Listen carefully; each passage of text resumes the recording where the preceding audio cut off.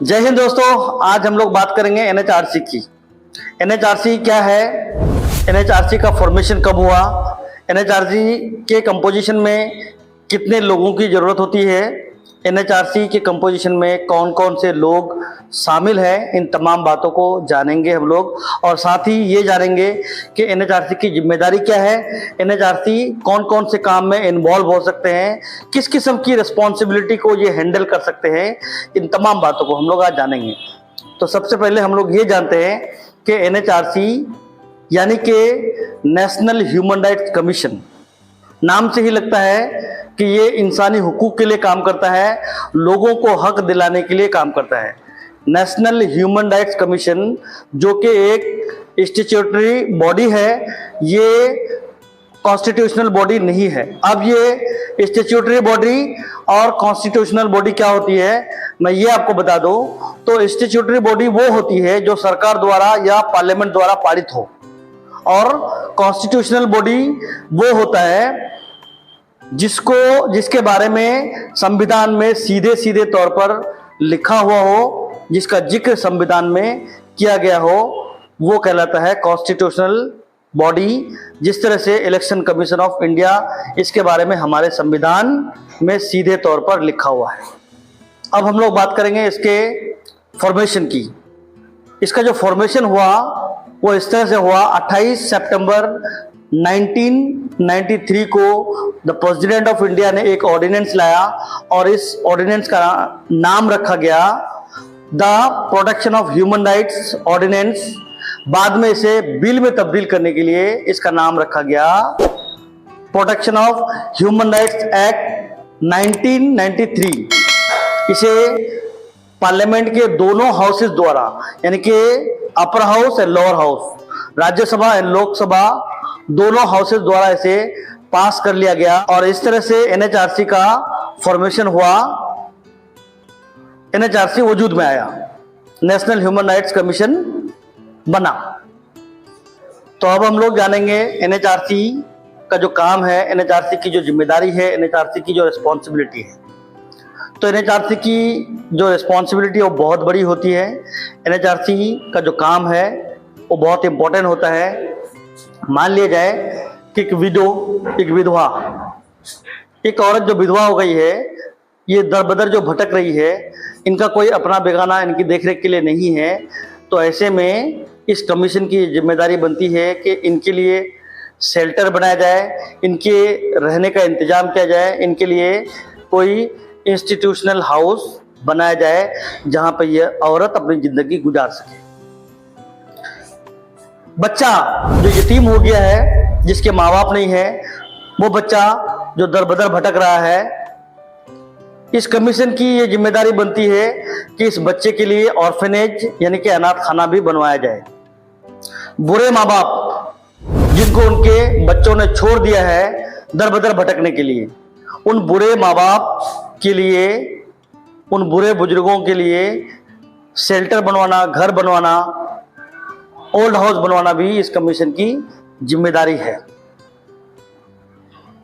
ये कमीशन सरकार को बिना पूछे, without taking the permission of the government, उन तमाम मामलात में इंटरवीन कर सकती है ये कमीशन जहां पर ह्यूमन राइट्स का वायलेशन होता है, ह्यूमन राइट अब्यूज होता है।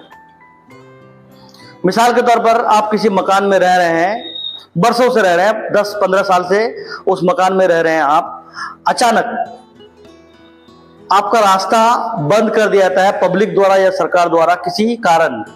तो ऐसे में आप की आवाज अगर पुलिस दबा देती है किसी कारण से, किसी पॉलिटिकल प्रेशर की वजह से, या फिर एसपी, डीएम आपकी बात को नहीं सुनते हैं, तो आपके पास एक ऑप्शन है, आप इस कमीशन के पास जाकर इंसाफ मांग सकते हैं। इस कमीशन का जो मेन बॉडी है वो 6 मेंबरों पर मुश्तमिल है। उस 6 मेंबर में जो पहला मेंबर होगा, यानी कि चेयरपर्सन होगा the retired chief justice of supreme court, यानी कि सुप्रीम कोर्ट का रिटायर्ड चीफ जस्टिस जो होगा वही इसका चेयरपर्सन हो सकता है।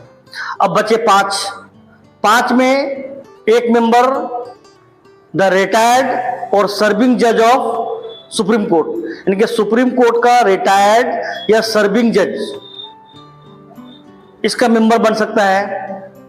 उसके बाद बचे 4 मेंबर, तो 4 जो बाकी मेंबर होंगे उनमें एक होगा the chief justice of high court, either retired और सर्विंग, यानी कि हाई कोर्ट का रिटायर्ड या सर्विंग चीफ जस्टिस जो होगा वही इसका मेंबर हो सकता है।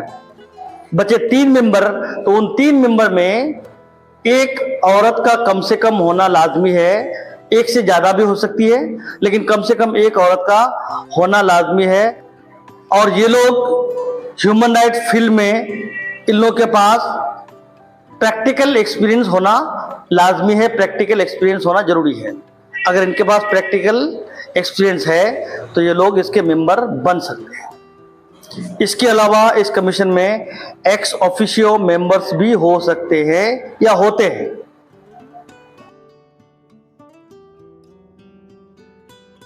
पहला,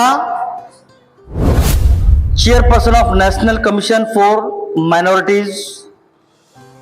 दूसरा, chairperson of national commission for schedule caste और एससी। तीसरा, chairperson of national commission for women. चौथा, chairperson for national commission for ST और शेड्यूल ट्राइब। पांचवा, chairperson of national commission for backward class. छठा, chairperson of national commission for child rights. ये तमाम लोग इस कमीशन के मेंबर बन सकते हैं। अब बात आती है इनकी अपॉइंटमेंट की, कि एनएचआरसी यानी कि नेशनल ह्यूमन राइट्स कमीशन के मेंबर्स को बहाल कौन करेगा। तो इसके लिए भी एक बॉडी है, इसके लिए एक खास बॉडी है, उस बॉडी में भी 6 मेंबर होते हैं और इन 6 मेंबरों के रिकमेंडेशन पर प्रेसिडेंट ऑफ इंडिया इन मेंबरों को बहाल करते हैं।